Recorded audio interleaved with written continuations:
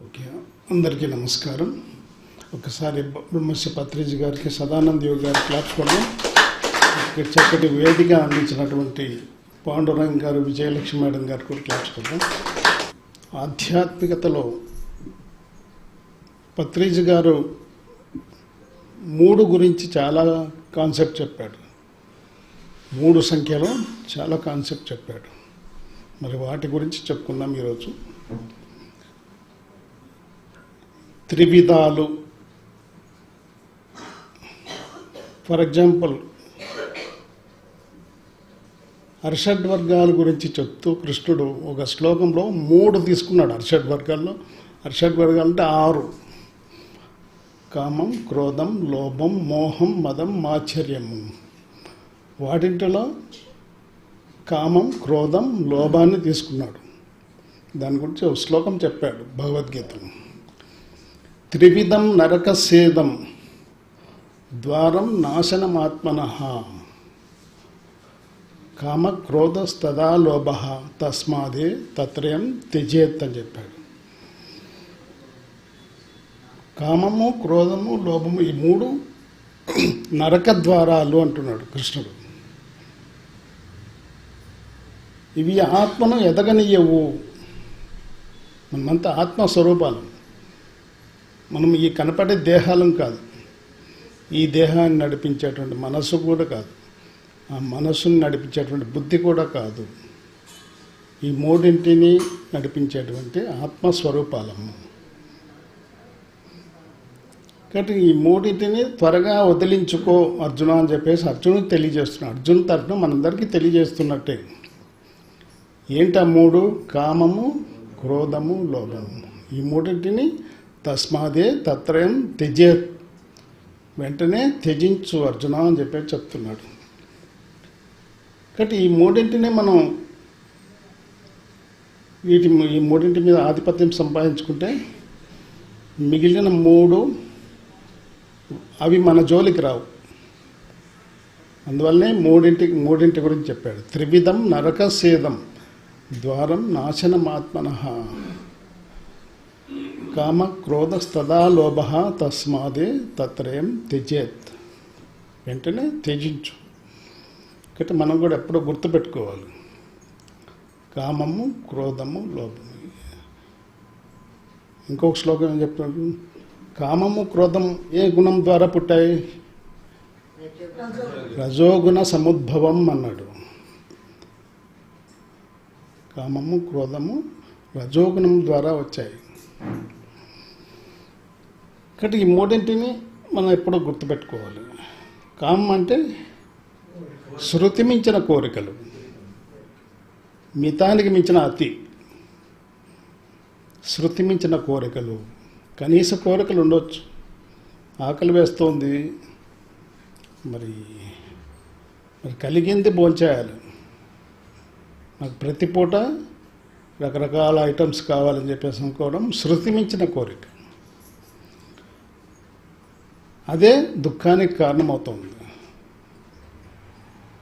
దుఃఖము ప్రపంచవ్యాప్తంగా విస్తరించిన ప్రతి మానవుడు దుఃఖం ఉన్నది అని చెప్పేసి చెప్పాడు ఎవరు? సరే, బుద్ధుల భగవానుల వారు. మొదటి సత్యం. మరి ఎందుకు దుఃఖం కలుగుతుంది అంటే శృతి మించిన కోరికల వల్ల.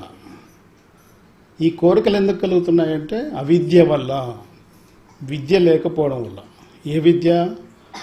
ప్రాపంచిక విద్యలు కాదు, ఆధ్యాత్మిక విద్య లోపించడం ద్వారా శృతి మించిన కోరికలు కోరుతూ ఉన్నాడు. తద్వారా దుఃఖం కలుగుతుంది. మరి ఈ అవిద్యను పోగొట్టుకోవడానికి ఆయన ఏం చెప్పాడు? అష్టాంగ యోగాన్ని తెలియజేశాడు.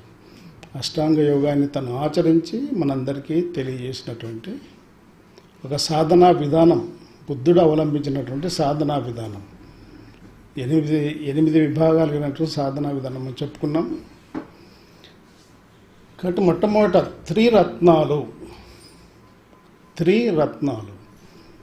పత్రిజీ గారు 3 రత్నాలు అందించాడు. 2500 సంవత్సరాల క్రితం బుద్ధుల వారు 3 రత్నాలు అందించాడు. మరి ఆయన అందించిన 3 రత్నాలు ఏంటివి? ఆనాపానసతి, మధ్య మార్గము, అహింసో పరమో ధర్మ. ఈ 3 ప్రతి బౌద్ధ భిక్షువు ఆచరించాలి.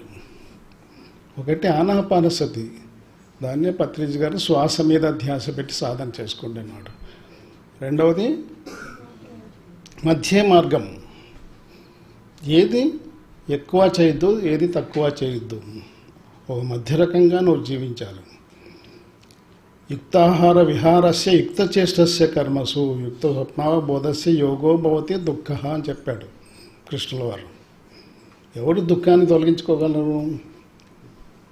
యుక్తాహారం, యుక్తమైన ఆహారం అంటే యుక్తం అన్న పదంలో 3 విషయాలు ఉన్నాయి.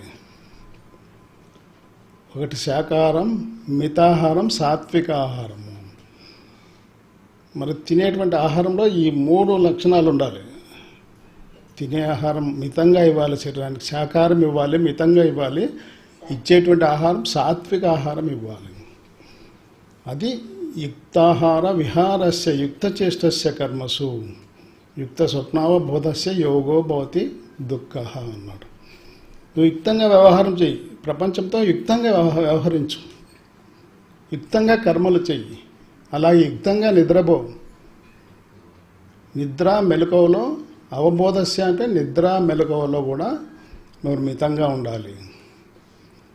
అలాగే యోగము అంటే ధ్యానం, ధ్యానం కూడా పరిమితంగానే చేసుకో. ఎందుకంటే 2 ప్రపంచాలు ఉన్నాయి మనకి.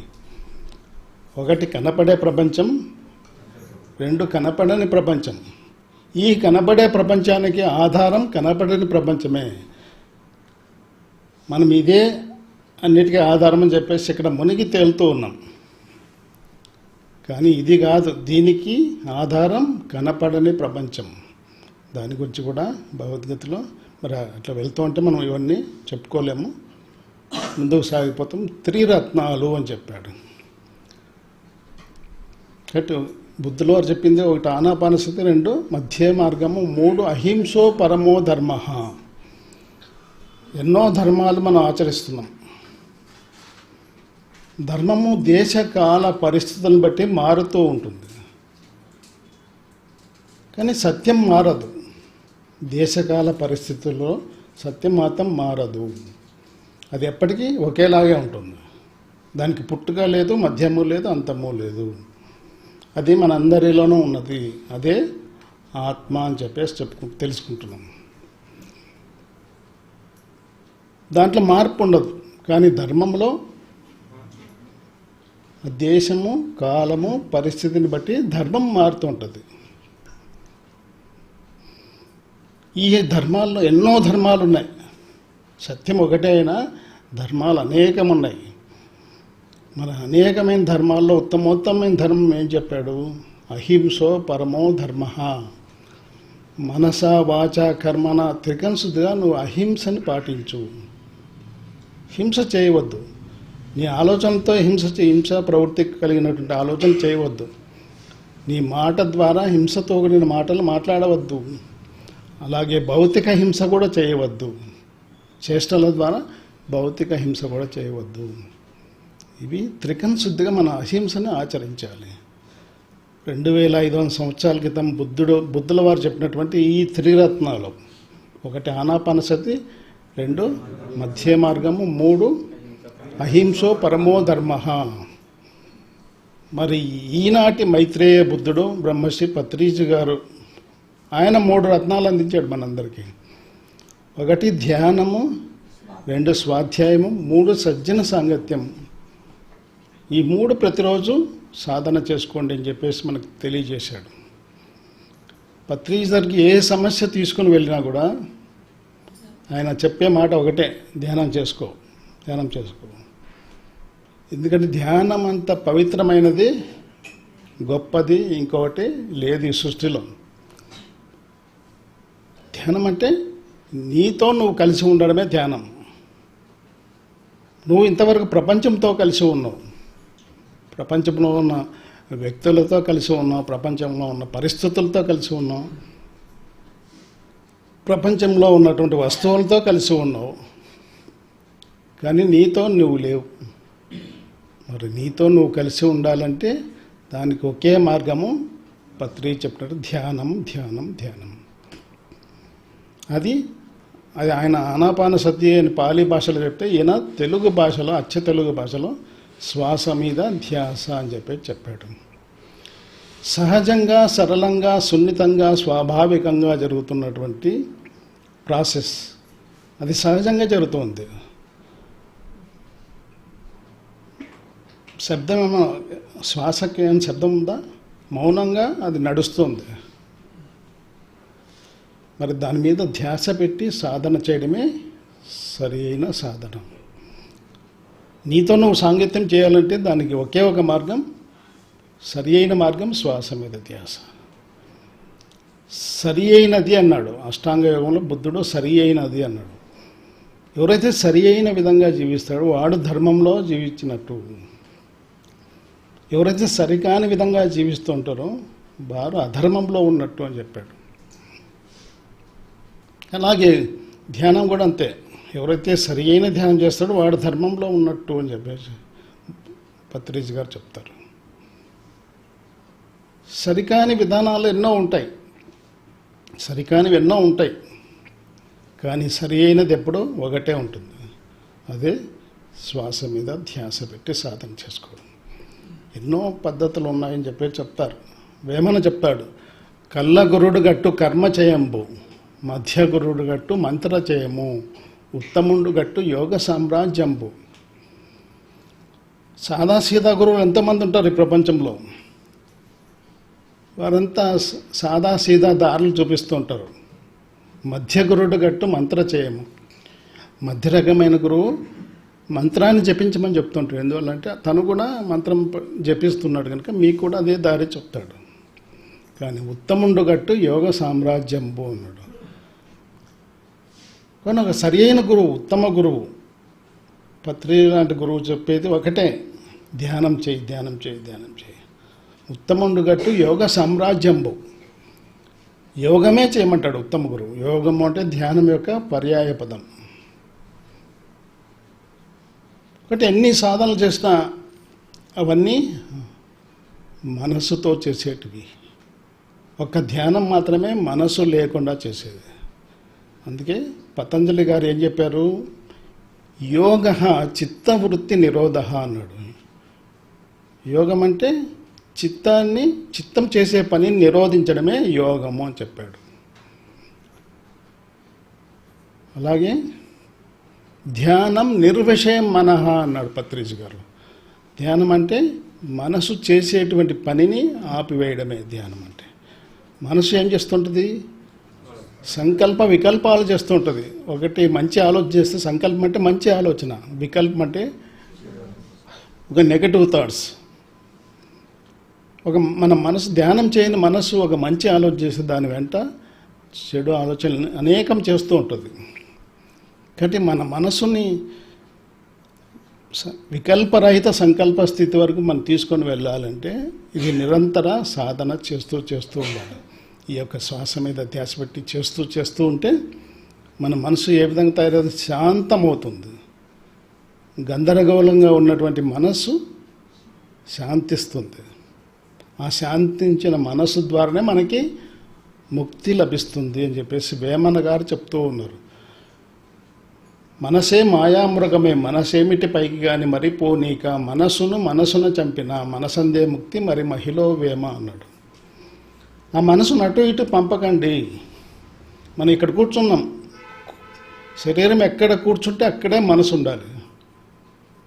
కానీ ఉంటుంది అది మన దగ్గర పరిపరి విధాల మిమ్మల్ని లాక్కొని వెళ్తుంది. మీ శరీరం ఇక్కడే ఉంటుంది, బాడీ ప్రజెంట్, మైండ్ యాబ్సెంట్ అవుతుంది. అంటే మైండ్ ఎక్కడెక్కడ మిమ్మల్ని తీసుకొని వెళ్తుంది, ప్రపంచం వైపు, ఇంటి వైపు, స్నేహితుని వైపు, ఒక సినిమా థియేటర్ దాకా తీసుకొని వెళ్తుంది. మరి పరిపరి విధాలుగా వెళ్ళేటువంటి మనసును పదే తీసుకొచ్చి మరి శ్వాస మీద పెడుతుండాలి. వచ్చిన ఆలోచన కట్ చేయడం, శ్వాస మీద కట్ చేయడం, శ్వాస. ఆ ప్రయత్నం చేస్తూ ఉంటే మీకు ఆలోచన రహిత స్థితి కలుగుతుంది. ఎప్పుడైతే ఆలోచన రహిత స్థితి, ఎందుకు ఇంత డీటెయిల్గా చెప్తున్నా అంటే కొత్తగా వచ్చారు కనుక చెప్తున్నాను. ఎప్పుడైతే ఆలోచన రహిత స్థితికి మీ మనసు చేరిపోతుందో అప్పుడు ఈ విశ్వమంతా వ్యాపించి ఉన్నటువంటి విశ్వమయ ప్రాణశక్తి, దాన్నే కాస్మిక్ ఎనర్జీ అంటున్నారు. ఏ పేరైనా పిలుచుకోవచ్చు. దాన్నే దేవుడు అంటున్నాం, భగవంతుడు అంటున్నాం. ఒక్కొక్క మతస్థుడు ఒక్కొక్క పేరుతో అల్లా అంటున్నాడు, యెహోవా అంటున్నాడు, జీసస్ క్రైస్ట్ అంటున్నాడు, జగన్మాత అంటున్నారు. రకరకాల పేర్లు పెట్టుకున్నారు అంతే. భగవంతుడు ఎక్కడున్నాడు అంటే ఏ మతమైనా ఏం చెప్తుంది? సర్వవ్యాపకమైనది, సర్వత్రా వ్యాపించి ఉన్నదే భగవంతుని తత్వం అని చెప్పేసి ప్రతి మతం అదే చెప్తుంది. సకల చరా సృష్టి అంతా ఖనిజంలో ఉన్నది శక్తి, వృక్షంలో ఉంది, జంతువులు, సకల చరా సృష్టి అంతా వ్యాపించదు. మానవుల్లో ఉంది, జలచరాల్లో ఉంది. దేవుడు ఎక్కడ అంటే దేవుడు ఎక్కడ ఉన్నాడు అని ప్రశ్నించినప్పుడు దేవుడు ఎక్కడ ఉన్నాడు కాదు, ఎక్కడ లేడు అని అడుగు, అప్పుడు చెప్తా అంటాడు. ఆయన లేని స్థలం ఎక్కడ? కాబట్టి ఒక రామాలయానికి వెళ్ళాడు ఒక సన్యాసి, ఏంటో ఇంత పవిత్రమైన స్థలంలో నువ్వు? హిమాలయ యోగులు హుక్కా, మీకు తెలిసిందే, హుక్కా కొడుతుంటారు. అదే చేస్తున్నాడు అనుకోండి, ఇంత పవిత్రమైన స్థలంలో ఇలాంటి పని చేస్తున్నావు.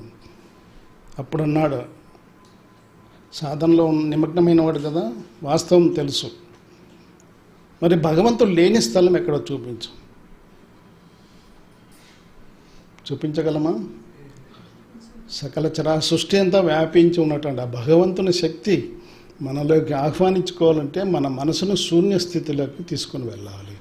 మరి ఆ శూన్య స్థితిలోకి తీసుకొని వెళ్ళడానికి దాని సరైన మార్గం శ్వాస మీద ధ్యాస. సహజంగా శ్వాసలో రెండు ఉన్నాయి, ఉచ్ఛ్వాస, నిశ్వాస. తీసుకునే గాలి ఉచ్ఛ్వాస, వదిలే గాలిని నిశ్వాస అంటున్నాం.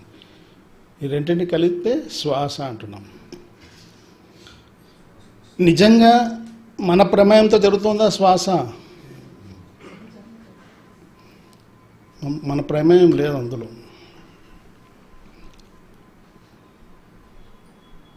అందుకే క్రియ అన్నారు. దైవ ప్రయత్నంతో జరిగేటువంటి పనిని క్రియ అన్నారు. మానవ ప్రయత్నంతో చేసేటువంటి మనం చేసే పనులను కర్మలు అంటున్నాం. కాబట్టి అనేక క్రియలు జరుగుతున్నాయి మనలో. ఆ క్రియలన్నిటికీ మూలమైన క్రియ శ్వాసక్రియ. శ్వాస ఎప్పుడైతే ఆగిపోతుందో అన్ని క్రియలు ఆగిపోతాయి. కాబట్టి ఏం చెప్పిన 3 రత్నాలు ఏంటి? ధ్యానము, స్వాధ్యాయము, సజ్జన సంగతి. నువ్వు ధ్యానం ఒకటి చేస్తూ ఉంటే ఏదో రోజు ధ్యానం మానేసే ప్రమాదం ఉన్నది. కాబట్టి 1 సంవత్సరం పాటు మీరు ధ్యానం చేయలేదనుకోండి, సంవత్సరం పాటు శక్తిని ఎంతో కోల్పోతారు మీరు. 1 సంవత్సరం పాటు మీరు చావుకు దగ్గర అవుతూ ఉన్నారు. ఈ శరీరంలోకి వచ్చినాడు పర్మనెంట్గా ఉంటున్నాడా? ఎన్నో మార్పులు సంభవించాయి కదా. మన వెనక్కి తిరిగి చూసుకుంటే మన జీవితమే ఎన్నో పాఠాలు నేర్పిస్తుంది. ఎన్నో మలుపులు తిరుగుతూ ఇక్కడ దాకా వచ్చాం. అవునా? అంటే మన జీవితాన్ని మనం ఒకసారి పరిశీలిస్తే అలా ఉండేది మనమేనా అనిపిస్తుంది. అనేక మార్పులు సంభవిస్తూ ఇక్కడ దాకా వచ్చాం. కాబట్టి ధ్యానంతో పాటు ఆయన ఎందుకు స్వాధ్యాయం చేయమన్నాడు? మరి బుద్ధుని యొక్క చరిత్ర చదివితే బుద్ధుడు ఎలా జీవించారో మీరు తెలుసుకోవచ్చు. అలాగే పత్రిజీ లాంటి గురువుని ఆయన ఎంత గొప్ప గురువు తెలుసుకోవాలంటే మిలారప జీవిత చరిత్ర చదివితే మీకు అర్థమవుతుంది. మిలారప జీవిత చరిత్ర, అందులో మిలారప గారి గురువు గారి పేరు మార్ప గురువు గారు. పత్రిజీ అంతటి గొప్ప గురువు. మిలారప ఎంత గొప్ప శిష్యుడు అంటే ఈయన గొప్ప శిష్యుడు, ఆయన గొప్ప గురువు. మరి ఎట్లా ఆయన గొప్ప గురువు అయ్యాడు, ఈయన ఎట్లా గొప్ప శిష్యుడు అయ్యాడు, ఆ పుస్తకం చదివితే మనకు అర్థమవుతుంది. కాబట్టి యోగుల చరిత్రలు చదవాలి, మరి భగవద్గీత చదవాలి. మన ఉపనిషత్తులు వేదాలు చదవాలంటే మనకి అంత అవగాహన శక్తి లేదు కనుక కనీసం భగవద్గీత ఈరోజు మనకి అన్ని భాషల్లో అందుతున్నాయి. భగవద్గీత అదొక మత గ్రంథం కాదు, సనాతన ధర్మము. సనాతన ధర్మం అంటే సృష్టి ఆది నుండి ఉన్న ధర్మం ఏంటంటే సనాతన ధర్మమే. అది మనమంతా చాలా అదృష్టవంతులం. ఇలాంటి సనాతన ధర్మం పుట్టినటువంటి ఈ భారతదేశంలో మనం పుట్టామంటే మనంతా చాలా అదృష్టవంతులం. కాబట్టి మనం కూడా ఆ సనాతన ధర్మాన్ని ఆచరించాలి, అనుసరించాలి. మహనీయులంతా ఏం చెప్పారు? ఆ వేదాలు, ఉపనిషత్తులు మనం అర్థం చేసుకోలేము కనుక భగవద్గీత అన్న కనీసం రోజుకొక శ్లోకం పత్రిజీ గారు 30 సంవత్సరాల క్రితమే చెప్పాడు. కనీసం 100 శ్లోకాలన్నా మీరు 700 శ్లోకాలు చదువుకోవాల్సిన అవసరం లేదు. ఒక చోట 700 ఉంటే ఒక చోట 701 ఉంటుంది. అవన్నీ చదువుకునే అవసరం లేదు. 100 శ్లోకాలన్నా మీరు ఫస్ట్ బైహార్ట్ చేయండి, నోటికి రావాలి శ్లోకం. తర్వాత తాత్పర్యం తెలుసుకుంటారు, తర్వాత ధ్యానంలో ఉంటారు కనుక అందులో విశేషార్థం ఏ సందర్భంలో చెప్పాడు, ఎందుకు చెప్పాడు అనేది మీకు అర్థమవుతుంది. కాబట్టి బాహ్యార్థం ఒకటి ఉంది, అంతరార్థం ఇంకొకటి ఉంటుంది. బాహ్య అర్థం మీ పుస్తకంలో చదివితే మీకు అర్థమైపోతుంది. కానీ అంతరార్థం తెలుసుకోవాలంటే మీరు అంతరంగా ప్రయాణం చేస్తూ ఉంటే మీకు ఆ అవగాహన శక్తి పెరుగుతూ ఉంటుంది. కాబట్టి స్వాధ్యాయం అనేది చాలా ఇంపార్టెంట్. అలాగే సజ్జన సాంగత్యం. ఈ ప్రపంచంలో సజ్జనులు ఉన్నారు, దుర్జనులు ఉన్నారు. మరి సజ్జన సాంగత్యం కావాలంటే మీరు ధ్యానం చేసుకోవడానికి ఇంట్లో కూర్చొని ఒకరే చేసుకోవచ్చు. అలాగే పుస్తకాలు చదవాలన్నా ఒకరే కూర్చొని చదువుకోవచ్చు, ఎవరితో అవసరం లేదు. కానీ సజ్జన సాంగత్యం మాత్రం సజ్జనులు కావాలి మీ అందరికీ. మరి సజ్జన సాంగత్యం కావాలంటే ఈ యొక్క పరబ్రహ్మ పిరమిడ్ ధ్యాన కేంద్రానికి తప్పనిసరిగా రావాల్సిందే. లేదా అగస్త్య పిరమిడ్ కన్నా వెళ్ళాలి, లేదా ఇంకొక ధ్యాన మందిరానికన్నా వెళ్ళాలి. అక్కడ వెళ్తేనే మనకి సజ్జనులు దొరుకుతారు. అంటే ఎవరైతే సత్యముతో సాంగత్యం చేస్తున్నారో వారు సజ్జనులు. సత్యం అంటే మనలో ఉన్నట్టు అంతరాత్మతో ఎవరైతే సాంగత్యం చేస్తున్నామో వారు సజ్జనులు. వారితో సాంగత్యం చేయాలి. 6 నెలలు వారితో కలిస్తే వాళ్ళు వీళ్ళు అవుతారు అని చెప్పేసి మనం వింటాం. కాబట్టి ప్రపంచమంతా ఏముంది, సజ్జన సాంగత్యం లేదు, అంతా దుర్జన సాంగత్యమే. కాబట్టి సజ్జన సాంగత్యం మనకు కావాలంటే ఇక్కడ రావాల్సిందే. కాబట్టి ఈ 3 ఆచరించాలి. త్రిరత్నాలుగా మనకు అందజేశాడు పత్రిజీ గారు. 1 ధ్యానము, 2 స్వాధ్యాయము, 3 సజ్జన సాంగత్యం. తర్వాత త్రిముక్తులు: ముక్తి, పరిముక్తి, మహాపరిముక్తి. బుద్ధుని భాషలో చెప్పాలంటే నిర్వాణము, పరినిర్వాణము, మహాపరినిర్వాణము చెప్పాడు. నిర్వాణం పొందాలంటే నువ్వు వ్యక్తిగతంగా సాధన చేస్తూ ఉంటే నువ్వు నిర్వాణాన్ని పొందావు. మరి పరినిర్వాణం పొందాలంటే మరి యోగుల చరిత్రలు చదవాలి. మీ చుట్టూ ఉన్న వారికి నువ్వు ఏ సాధన చేస్తున్నావో ఆ సాధన ప్రాక్టీస్ చేయించాలి. నిన్ను నువ్వు ఎంత హృదయపూర్వకంగా నిన్ను నువ్వు ప్రేమించుకుంటావో అంతే హృదయపూర్వకంగా నీ తోటి వారిని కూడా ప్రేమించు అన్నారు క్రైస్ట్. మరి నిన్ను నువ్వు ప్రేమించుకోవాలంటే నీ లోపల ప్రయాణం చేసి ధ్యానం చేస్తే నిన్ను నువ్వు ప్రేమించుకున్నవాడు అవుతావు.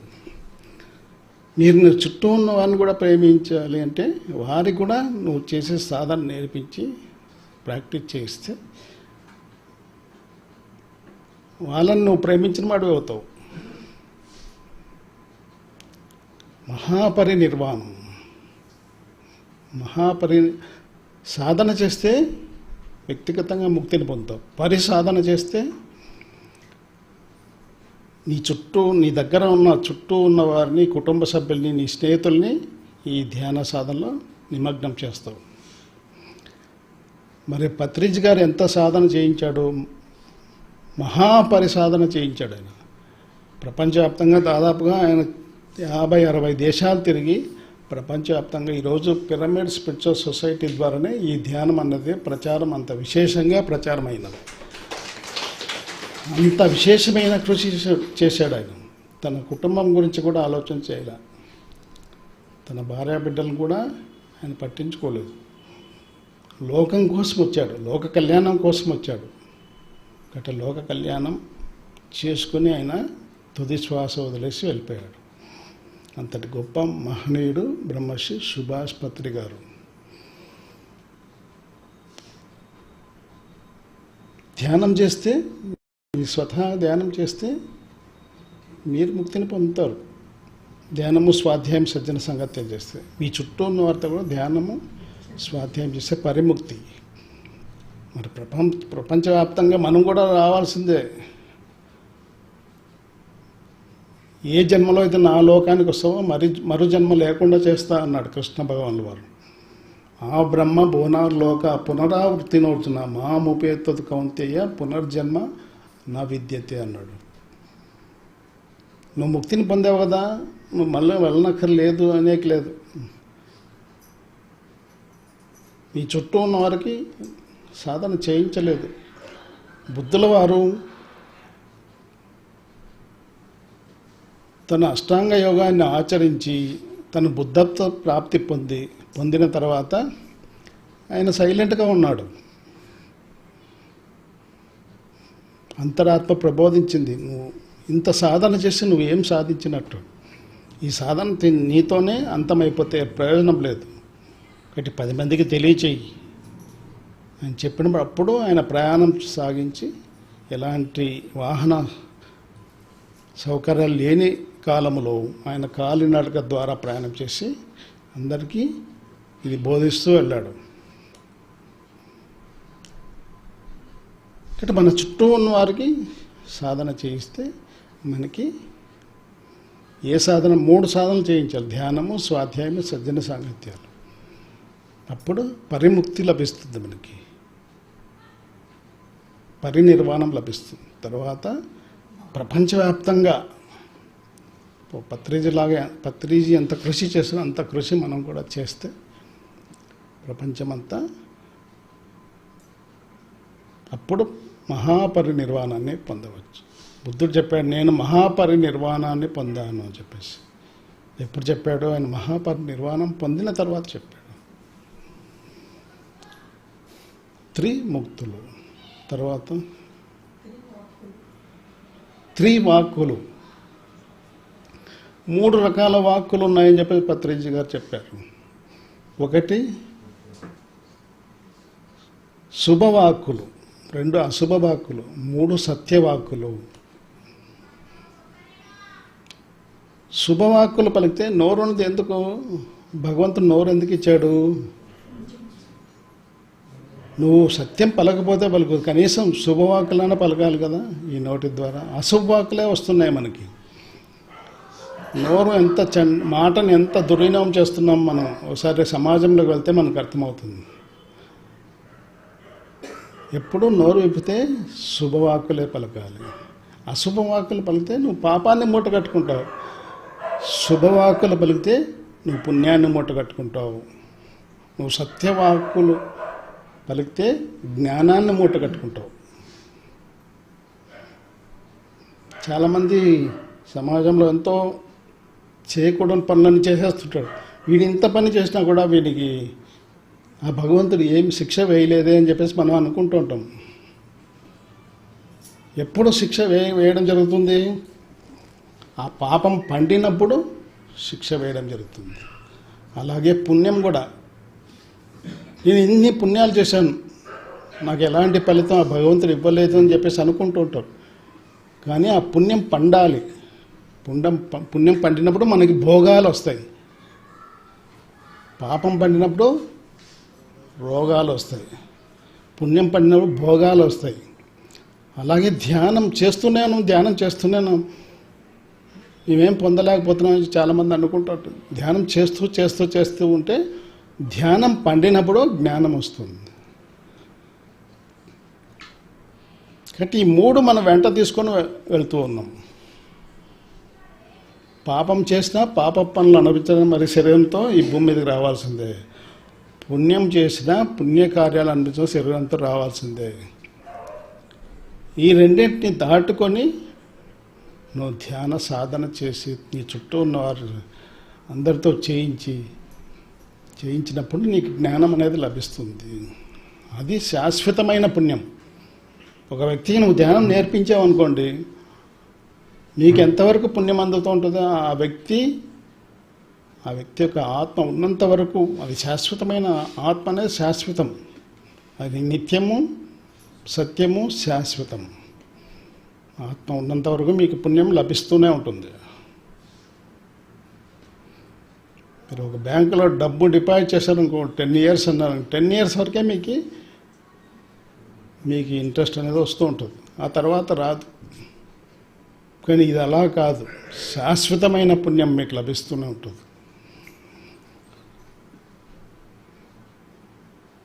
శుభవాక్కులు, అశుభవాక్కులు, సత్యవాక్కులు. నోరు తెరిస్తే అశుభవాక్కులు పలకకూడదు, శుభవాకులను పలకాలి లేదా సత్యవాకులను పలకాలి. పత్రిజ్ దగ్గర వెళ్తే ఏంటో ఈ విశేషాలు అని అడుగుతాడు ఆయన. ఏంటి విశేషాలు అన్నప్పుడు ఓ విశేషాలు అడుగుతున్నాడు కదా అని చెప్పేసి ఇంటి విషయాలు ఏమని చెప్పామనుకోండి, ఆయన ఒక దెబ్బ వేస్తాడు. వేదవా నిన్ను అడిగింది అది కాదు, నేను నెల కిందట వచ్చాను ఈ ఊరికి, నెల తర్వాత ఇప్పుడు వస్తున్నా, మరి ఈ నెలలో నువ్వు ఏం సాధించావు, ఏం సంపాదించుకున్నావు, ధ్యానం ఎంత చేసావు, స్వాధ్యాయం ఎంత చేసావు, సజ్జన సాంగత్యం ఎంత చేసావు, ధ్యాన ప్రచారం ఎంత చేసావు చెప్పు, ఏ పుస్తకం చదివావు చెప్పు అనేవాడు.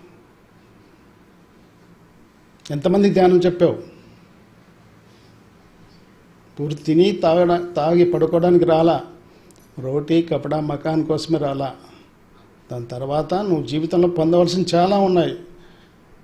ఒక పరిమితమైన భావాలతో మనం జీవిస్తున్నాం, అక్కడే పరిమితం అయిపోయినాం. ప్రపంచమంతా అక్కడ పరిమితం కావడానికి కారణం ఏంటంటే పరిమిత భావాలతో జీవిస్తున్నాడు. కాబట్టి జీవితం పరిమితం అయిపోయింది. నీ దృక్పథం ఎలా ఉండదు, విశాల దృక్పథం, విశాలమైన దృక్పథం ఉండాలి. అప్పుడే నువ్వు విశాలంగా ఆలోచన చేస్తావు. బ్రాడ్ వ్యూస్ అంటారు. నెక్స్ట్ 3 సత్యాలు. పత్రిజీ గారు మనం చెప్పుకున్నాం ఆల్రెడీ ఒక కాన్సెప్ట్లో 3 సత్యాలు చెప్పాడు. మనం చెక్ చేసుకోవాలి. ఊరికే మనం వస్తున్నాం పోతున్నాం అనుకుంటుంటే సరిపోదు. మనల్ని మనం చెక్ చేసుకుని ఏం సాధించాం, ఇంతవరకు మనం ఏం నేర్చుకున్నాం, ఏం ఆచరించాం, అన్నీ మనకు తెలుసు. పరిశీలిస్తూవాలి, మనం పరిశీలిస్తుంటే మనకు తెలుస్తూ ఉంటుంది. పరిశీలించకపోతే మనకేమీ అర్థం కాదు. అంటే మొదటి సత్యం ఏం చెప్పాడు, నీకు కోరింది ఇవ్వబడదు, కానీ నీకు అర్హత కలిగింది మాత్రమే ఇవ్వబడుతుంది అని చెప్పాడు. ఈ మొదటి సత్యంలో అందరూ వచ్చేస్తాం, సాధన చేసేవారు ప్రతి వాళ్ళు వచ్చేస్తారు. కోరింది ఇవ్వబడదు, కానీ నీకు అర్హత కలిగింది మాత్రం ఇవ్వబడుతుంది. అది మొదటి సత్యం. అలాగా సాధన చేసుకుంటూ రెండవ సత్యంలోకి ప్రవేశిస్తాం. రెండవ సత్యం ఏంటి, ఇక్కడ అర్హత కలిగింది ఇవ్వబడదు, కానీ నీ అవసరాలు తీర్చబడతాయి. అర్హత కలిగింది ఇవ్వబడదు, కానీ నీ అవసరాలు తీర్చబడుతుంది. ఈ రెండవ సత్యంలో కొద్ది మంది రావచ్చు, ప్రయత్నం చేసి అందరూ రావచ్చు. ఆ ప్రయత్నంలో లోపం ఉన్నప్పుడు మనం ఒకటో సత్యంలోనే ఆగిపోతాం. అంటే ప్రయత్నం చేస్తే ఆ రెండవ సత్యం వరకు మనం ప్రాణాయామం చేయొచ్చు. మరి మూడవ సత్యం చెప్పాడు. ఇంకా సాధన చేస్తూ మన చుట్టూ ఉన్నవారికి నేర్పిస్తూ ప్రచారం చేస్తూ వెళ్తూ ఉంటే మూడవ సత్యంలోకి ప్రవేశిస్తావు. నీ అవసరాలు తీర్చబడవు, కానీ నీ ద్వారా సమాజ శ్రేయస్సు కోసం నీకు ఏమేమి అవసరమో అవి మాత్రం తీర్చబడతాయని చెప్పాడు. మనకి ప్రూఫ్ పత్రిజీ గారే. ఆయన దగ్గర ఎప్పుడైనా ఏమన్నా చూసారా ఒక నాణ్యము? ఇక్కడ సీనియర్ మాస్టర్లు ఉన్నారు, 25 years నుండి చేసేవాళ్ళు. చెప్పండి మేడం, ఎప్పుడైనా చూసారా ఒక నాణ్యం ఆయన దగ్గర?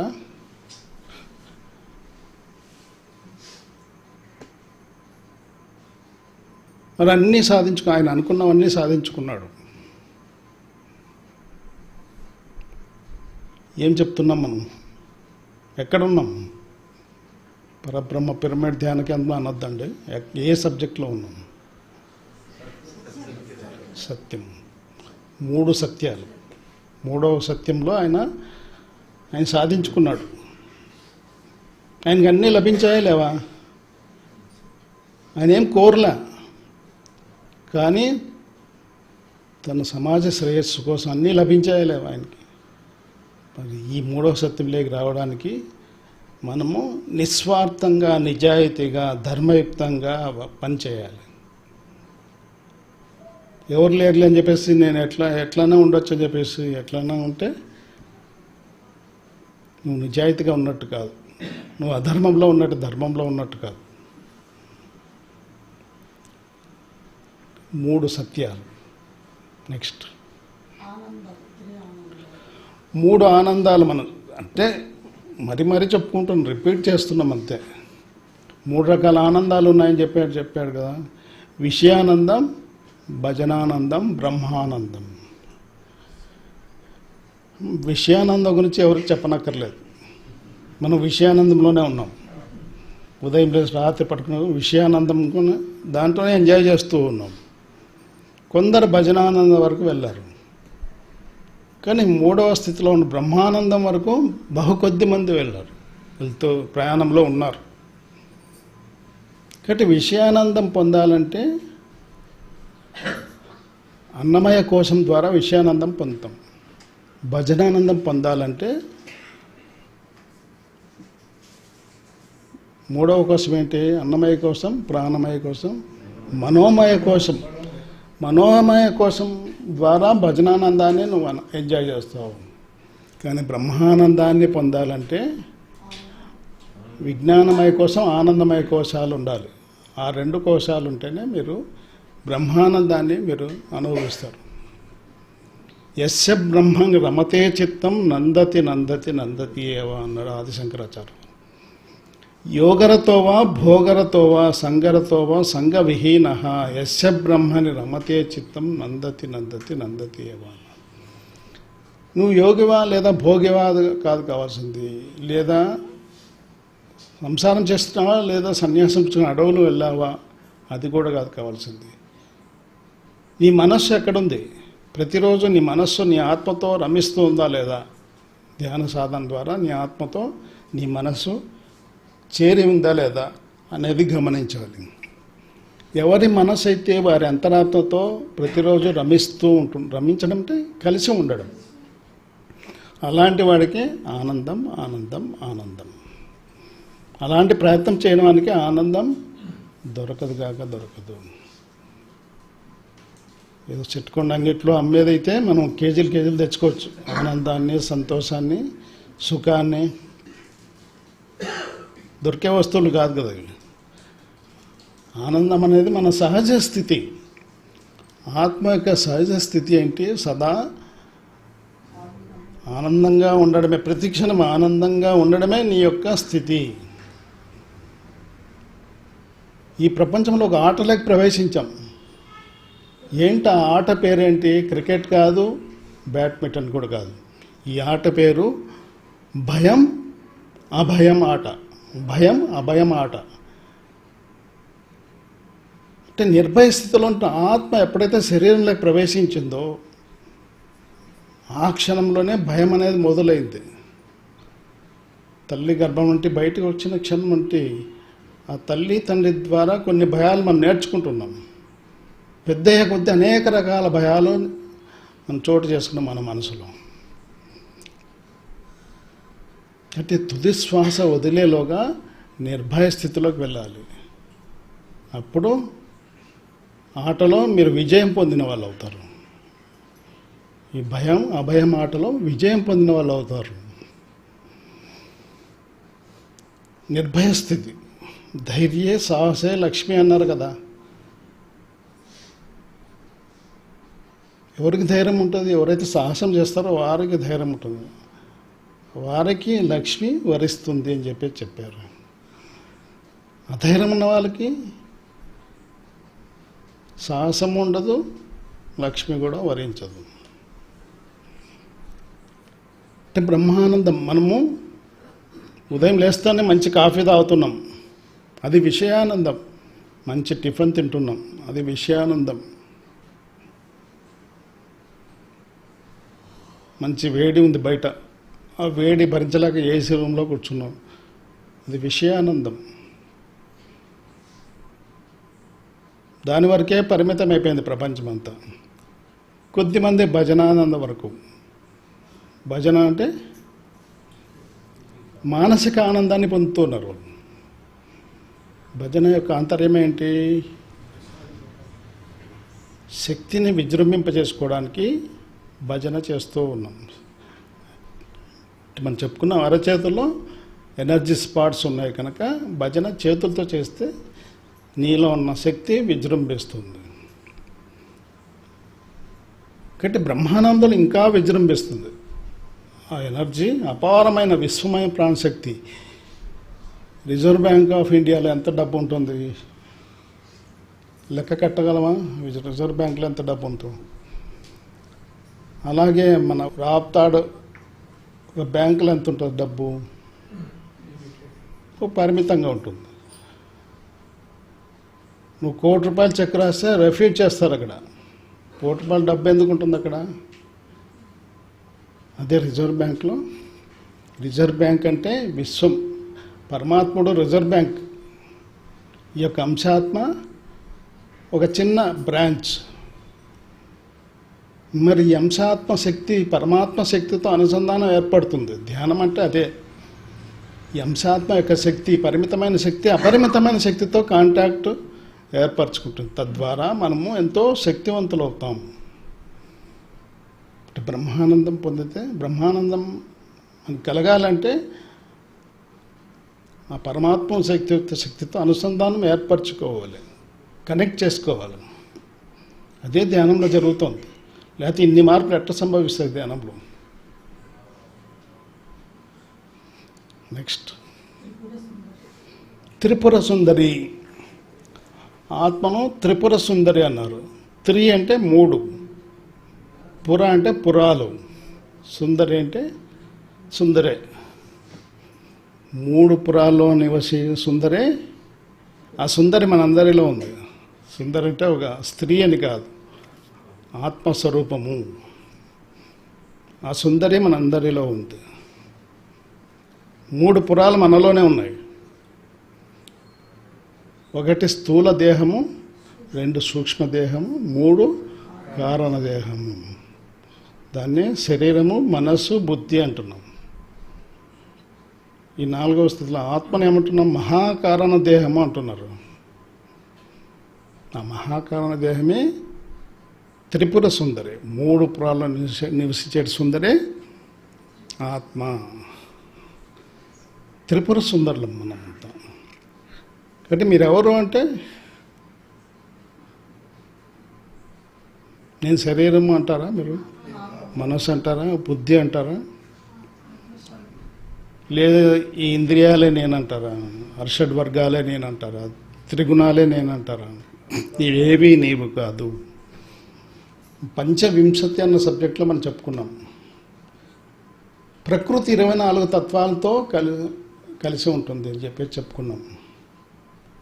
జీవుడు ఒక్కడిగా వస్తాడు. 24 తత్వాలు, 3 తొడుగులు తొడుక్కుంటాడు. కారణ దేహంలోకి వెళ్ళి కారణ దేహాన్ని తొడుక్కుంటాడు. సూక్ష్మ లోకంలోకి వెళ్ళి సూక్ష్మ దేహాన్ని తొడుక్కుంటాడు. భౌతికమైన లోకంలోకి తల్లి గర్భంలోకి ప్రవేశించి ఈ యొక్క భౌతికమైన దేహాన్ని తొడుక్కుంటున్నాడు. జీవుడు ఒక్కడే. ఆ జీవుడు అని ఎందుకంటున్నాం? ఈ జీవుడికి తన గురించి తాను తెలియదు, తన గురించి తను తెలుసుకోవాలి. అందుకే జీవుడు అంటున్నాం. ఎవరైతే ఈ జీవుడు తన గురించి తను తెలుసుకుంటే ఈ జీవుడే దేవుడు అవుతాడు. కాబట్టి త్రిపుర సుందరి ఆత్మ. నెక్స్ట్ మరి వామన విష్ణుమూర్తి అవతారమే కదా వామనుడు బలి చక్రవర్తిని ఏమడిగాను? 3 అడుగుల. పురాణాల ప్రకారం ఏం చెప్పారు?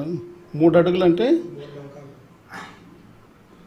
ఒకటి భూమి మీద పెట్టాడంట, రెండవది ఆకాశంలో పెట్టాడంట, మూడవది బలి చక్రవర్తి తల మీద పెట్టేశాడు. అది పురాణాల ప్రకారంగా. ఇక్కడ ఏం తెలుసుకోవాలి మన ఆధ్యాత్మికంగా? ఎవరైతే ఈ స్థూల దేహం, సూక్ష్మదేహం, కారణ దేహం, ఈ మూడు తొడుగులని తెలుసుకొని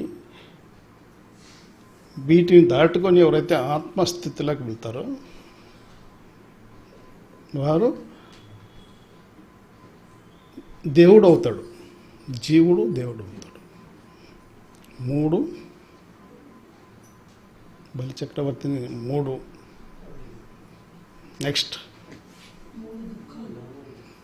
త్రివిధ దుఃఖాల గురించి మనం చెప్పుకున్నాం ఒక కాన్సెప్ట్, కానీ సింపుల్గా చెప్పేసుకుందాం. చెప్పినాను కదా, విన్నవాళ్ళు చెప్పండి. మూడు దుఃఖాలు ఉన్నాయని చెప్పేసి చెప్పుకున్నాం కదా. తాపత్రయము చెప్పుకున్నాం కదా. తాపము ప్లస్ త్రయం. తాపం అంటే దుఃఖము, త్రయం అంటే మూడు రకాల దుఃఖాలు అనుభవిస్తున్నాడు ప్రతి మానవుడు. దానికి ఆధ్యాత్మిక పరిభాషలో మూడు పేర్లు చెప్పుకున్నాం.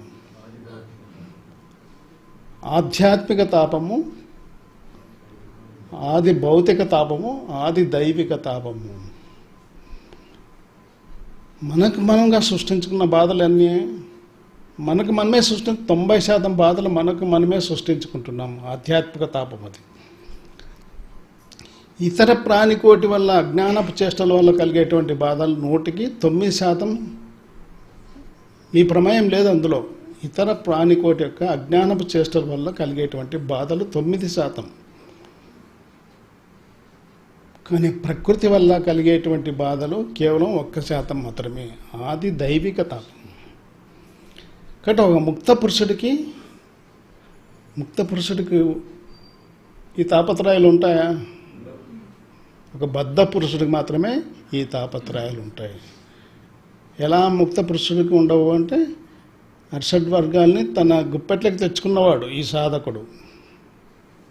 90% బాధలు లేవు ఆయనకి. తర్వాత 9% బాధలు కూడా లేవు.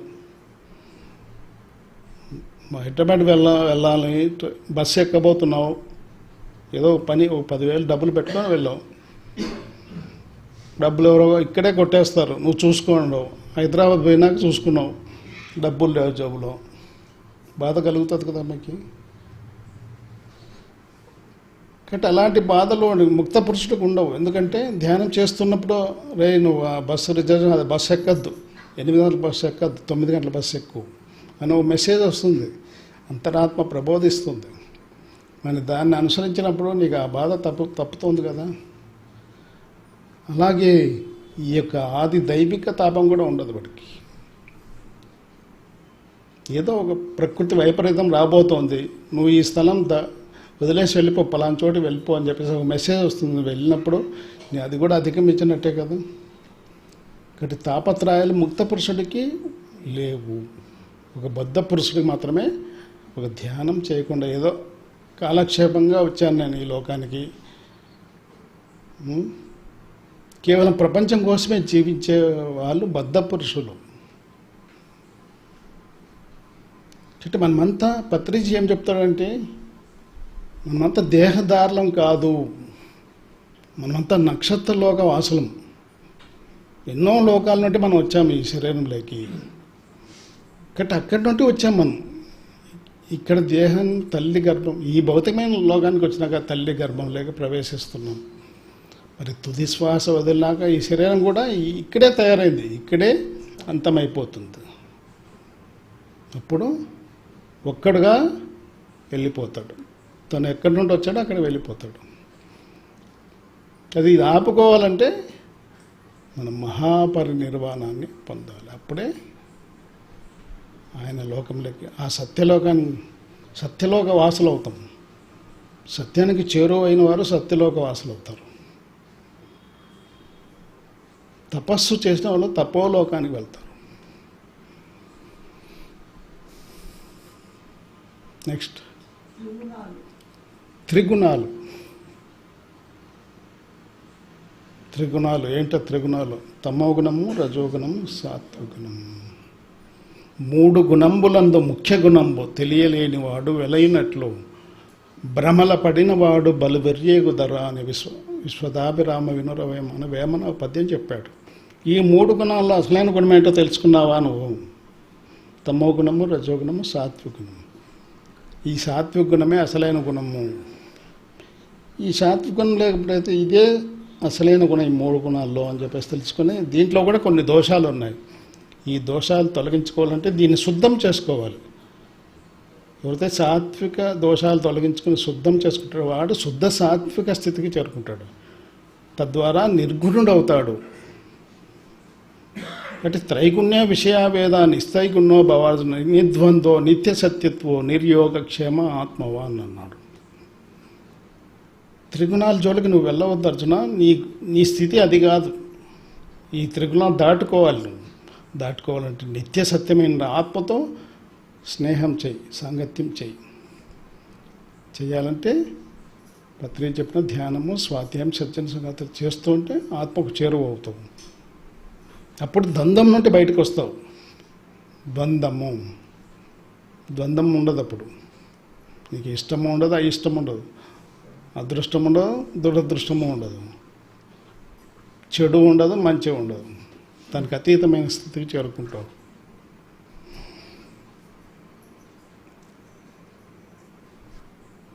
తమోగుణంలో ఉన్నవాడు రామాయణ ప్రకారం మనం చెప్పుకోవాలంటే కుంభకర్ణుడు. దేహభ్రాంతిలో జీవించేవాడు కుంభకర్ణుడు. కుంభకర్ణుడు లాంటి వాడు ధ్యానం చేస్తే రావణాసుడు అంతటి వాడు అవుతాడు. మరి రావణాసుడు అంతటి వాడు ధ్యానం చేస్తే విభీషణుడు అంతటి వాడు అవుతాడు. విభీషణుడు అంతటి వాడు ధ్యానం చేస్తే ఆంజనేయ స్వామి అవుతాడు. ఆంజనేయ స్వామి అంతటి వాడు ధ్యానం చేస్తే రాముడు అవుతాడు. కాబట్టి త్రిగుణాలు. ఈ పత్రిజ గారు ఏం చెప్తారంటే, ఎవరు అడిగారు, సార్ అంతర్శత్రులు 6 మంది ఉంటారంట కదా. అప్పుడు పత్రిజ గారు ఏం చెప్పాడు, అంతర్శత్రువులు లేరు, బాహ్య శత్రువులు కూడా లేరు. ఇవి మిత్రులుగా మనకు ఉపయోగపడతాయి. నువ్వు సాధనలో నిమగ్నం అయితే మిత్రులుగా పనిచేస్తాయి. కానీ నువ్వు అడుగుతున్న శత్రువులు ఉన్నారంటే 3 శత్రువులు ఉన్నారయ్యా. ఆ శత్రువులే తమోగుణము, రజోగుణము, సాత్విక గుణము. ఎప్పుడూ శరీరం కోసమే తప్పించేవాడు తమోగుణంలో ఉన్నవాడు. ఎప్పుడు మనస్సు గురించి తప్పించేవాడు రజోగుణంలో ఉన్నవాడు. బుద్ధి పరిధిలో ఉన్నవాడు సాత్విక గుణంలో ఉన్నవాడు. యో నహృష్యతి నద్వేష్టి నశోచతి నకాంక్షతి శుభ అశుభ పరిత్యాగి భక్తిమాన్య సమే ప్రియ అని చెప్పాడు. ఎలాంటి భక్తుడు నాకు ఇష్టమైన వాడు? యో నహృష్యతి. నీకు ఇష్టమైంది పొందినప్పుడు, ఇష్టమైంది కలిగినప్పుడు మనం ఆనందంగా ఉన్నామా?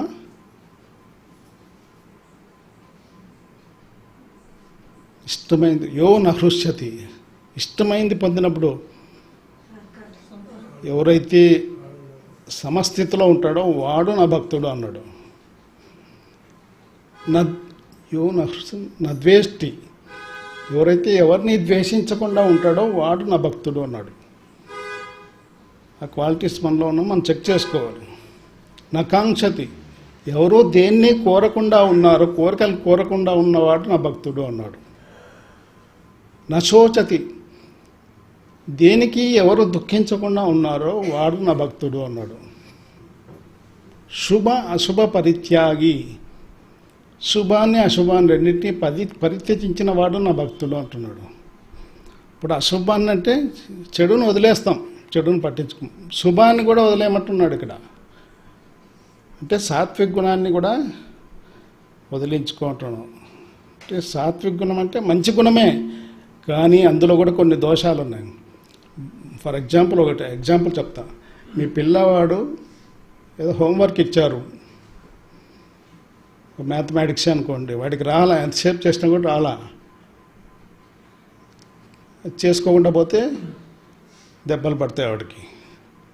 తల్లి ఏం చేస్తుంది, నా బిడ్డే కదా అని చెప్పేసి ఆ హోంవర్క్ చేసి ఇచ్చింది అనుకోండి, వానికి మంచి చేసినట్ట చెడుపు చేసినట్ట? ఇదే సాత్విక దోషాలు అంటే ఇట్లా దోషాలు ఉంటాయి. ఎవరికి అతి మంచి కూడా నువ్వు అపార్థ దానం చేయకూడదు. దానం చెయ్యి, కానీ అపార్థ దానం చేయకూడదు అంటారు. కాబట్టి శుభ అశుభ పరిత్యాగం అంటున్నాడు. ఇవి త్రిగుణాలు. నెక్స్ట్ త్రివిధ ధర్మాలు. మనకి ఎన్నో ధర్మాలు ఉన్నాయి, కానీ ఒక 3 రకాల ధర్మాలు ఉన్నాయి, ప్రతి మనిషికి ఉన్నాయి. ఒకటి శారీరక ధర్మం, 2 ఆత్మధర్మం, 3 ఇతర ప్రాణికోటి వాటి యొక్క ధర్మాలు. వాటిని కూడా నువ్వు చూడాలి. నీ యొక్క స్వధర్మాన్నే కాదు, సామాజిక పరమైన ధర్మం కూడా నువ్వు చెయ్యాలి. ఒకటి దేహధర్మం. దేహం నువ్వు కాదు అని చెప్పేసి నెగ్లెక్ట్ చేయకూడదు. ఈ దేహాన్ని మునుపు కన్నా ఇంకా పర్ఫెక్ట్గా చూసుకోవాలి, ఇంకా జాగ్రత్తగా చూసుకోవాలి. ఈ దేహానికి సరైన ఆహారం ఇస్తున్నానా లేదా, సరైన నీళ్ళు అందిస్తున్నానా లేదా, సరైన నిద్ర పుచ్చుతున్నానా లేదా, సరిగ్గా సక్రమంగా చూసుకోవాలి ఈ దేహాన్ని. అలాగే మనసు కూడా నువ్వు కాదు, కానీ మనసును కూడా బాగా చక్కగా చూసుకోవాలి. ఈ సాధనలో నిమగ్నమైన వాడు శరీరాన్ని బాగా చూసుకోవాలి, మనస్సును చక్కగా పోషించుకోవాలి, అలాగే బుద్ధిని కూడా చక్కగా పోషించుకోవాలి. దీనికి ఉన్నట్టు బుద్ధి మాంద్యత తొలగించి బుద్ధి వికాసం కలగజేసుకోవాలి. అలాగే ఆత్మపరంగా కూడా మనం ఈ 4 రకాల సౌఖ్యాలు కావాలి. శారీరక సౌఖ్యం, మానసిక సౌఖ్యం, బుద్ధిపరమైన సౌఖ్యం, ఆత్మపరమైన సౌఖ్యం. ఈ 4 రకాల సౌఖ్యాలు దేని మీద ఆధారపడినాయి? ఒక్క మనశ్శాంతి మీద ఆధారపడినాయి. శాంతి లేక సౌఖ్యము లేదు అని అందువల్లనే త్యాగరాజ కీర్తన పాడారు, శాంతి లేక సౌఖ్యము లేదు. ఎవరికైతే మనశ్శాంతి ఉంటుందో వారికి ఈ 4 రకాల సుఖాలు లభిస్తాయి అని చెప్పాడు. కాబట్టి నేను కాదు కాదని నెగ్లెక్ట్ చేయకూడదు ఈ దేహాన్ని. మనస్సు నేను కాదని చెప్పేసి విచ్చలవిడిగా దానికి అవకాశం ఇవ్వకూడదు, దాన్ని ప్రశాంతంగా ఉంచుకోవాలి. బుద్ధి కూడా నేను కాదు కదని చెప్పేసి బుద్ధిని కూడా నెగ్లెక్ట్ చేయకూడదు, దాన్ని వికసింప చేసుకోవాలి. ఆత్మ నేనని చెప్పేసి కేవలం ఈ 3ని నెగ్లెక్ట్ చేయకూడదు, అన్నిటినీ సక్రమంగా పోషించుకోవాలి. ఫిజికల్ మజిల్స్ పెంచుకోవాలి, మెంటల్ మజిల్స్ పెంచుకోవాలి, ఇంటలెక్చువల్ మజిల్స్ పెంచుకోవాలి, స్పిరిచువల్ మజిల్స్ కూడా పెంచుకోవాలి. మజిల్స్ అంటే కండరాలు. పుష్టిగా కండరాలు పెంచుకుంటే మనసు వీక్గా ఉందనుకోండి,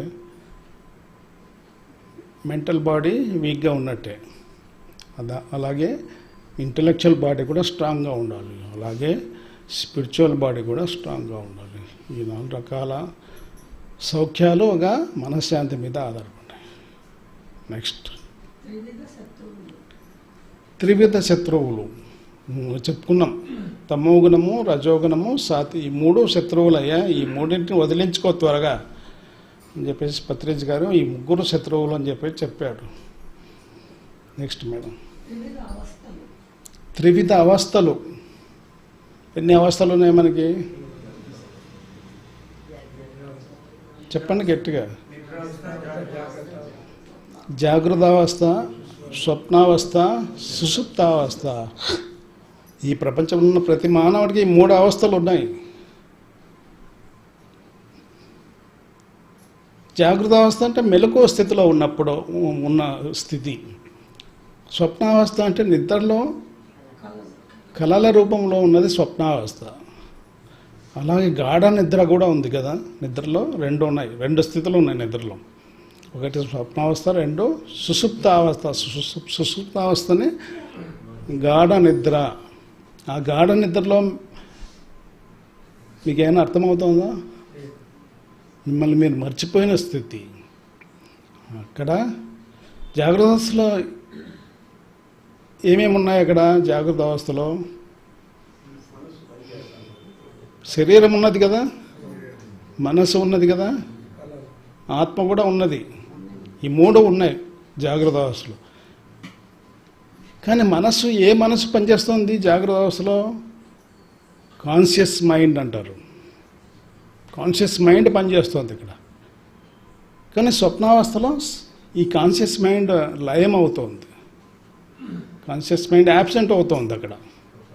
సబ్ కాన్షియస్ మైండ్ పనిచేస్తుంది. సబ్ కాన్షియస్ మైండ్ ద్వారా మనం కళలు అనుభవిస్తూ ఉన్నాం. సబ్ కాన్షియస్ మైండ్ పనిచేస్తున్న తర్వాత ఏముంది అక్కడ? శరీరం నిద్రావస్థలో ఉంది, కాన్షియస్ మైండ్ యాబ్సెంట్ అయిపోయింది, కానీ సబ్ కాన్షియస్ మైండ్ పనిచేస్తుంది. తర్వాత ఇంకెవరు ఉన్నారు అక్కడ? ఆత్మ ఉంది కదా. కానీ సుషుప్తిలో కేవలం ఆత్మ మాత్రమే ఉన్నది. అక్కడ మీతో మీరు కలిసి ఉన్నారు.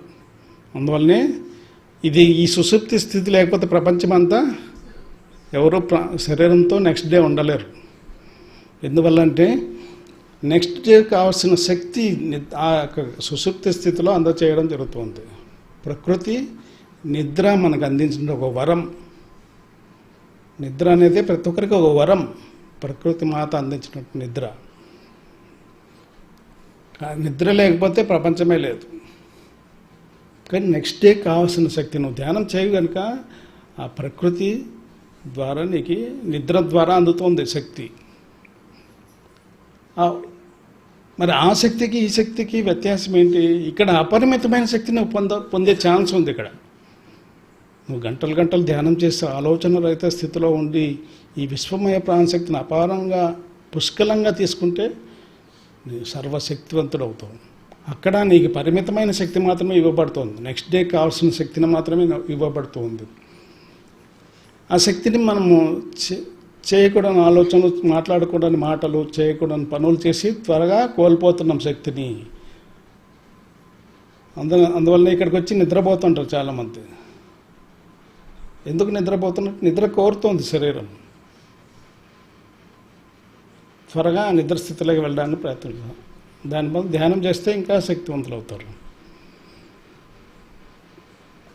5 గంటలు మామూలు నిద్రతో సమానం 1 గంట ఆలోచన రహిత స్థితిలో ధ్యానం అని పత్రిజీ గారు చెప్పారు. ఈక్వేషన్ ఇది. 1 గంట ఆలోచన రహిత స్థితిలో ధ్యానం is equal to 4 to 5 hours స్లీప్తో సమానము. అంత శక్తిని మీరు ఇక్కడ తీసుకుంటారు. ఇవి త్రివిధాలు. మూడు సంఖ్య గురించి ఇన్ని కాన్సెప్ట్ చెప్పాడు పత్రిజ్ గారు. కొన్ని అంకెలకి ఇంపార్టెన్స్ ఉన్నది. 7 అంకె గురించి చెప్పుకున్నాం. త్రివిధాలు,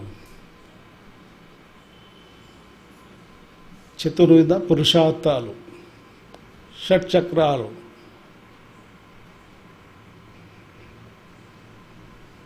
అరిషడ్వర్గాలు 6, 8కి ఒక విశిష్టత ఉంది. తర్వాత 9 కూడా.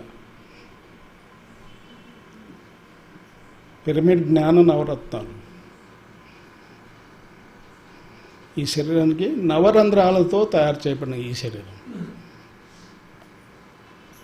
నవద్వారే పురే దేహి అని చెప్పారు. నవద్వారాలు కలిగినటువంటి పురం ఈ దేహము అని చెప్పడం జరిగింది కదా. ఇట్లా ఈ అంకెలకి అంత ప్రాధాన్యత ఉంది. ఓకే, మరి ఇంత గొప్ప కాన్సెప్ట్ ఉంది. పత్రిజ్ గారు ఒకసారి గట్టి క్లాప్స్ కొడదాం. ఇంతటి గురువుని తయారు చేసిన సదానంద యోగి గారు క్లాప్స్ కొడదాం. అలాగే మనం ఈ విషయాలు చెప్పుకోవడానికి ఈ పిరమిడ్ మాస్టర్ల వినియోగార్థమే చెప్పుకుంటున్నాం. ఎవరైతే పత్రిజీ శిష్యులుగా తయారు కావాలంటే ఈ కాన్సెప్ట్లన్నీ వినాలి. అందువల్ల మనం చెప్పుకుంటాం. చక్కటి వేదిక అందించారు పాండురంగ గారు, విజయలక్ష్మి మేడం గారు. ఒకసారి గట్టి క్లాప్స్ కొడదాం. అలాగే మనకి కందుకూరు నుండి వచ్చి ఈ సబ్జెక్టులను రికార్డ్ చేస్తున్నారు సాయికృష్ణ కూడా ఒకసారి గట్టి క్లాప్స్ కొడదాం.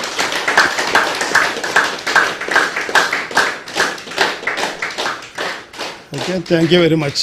మీరంతా శ్రద్ధగా, మీకు కూడా థ్యాంక్స్.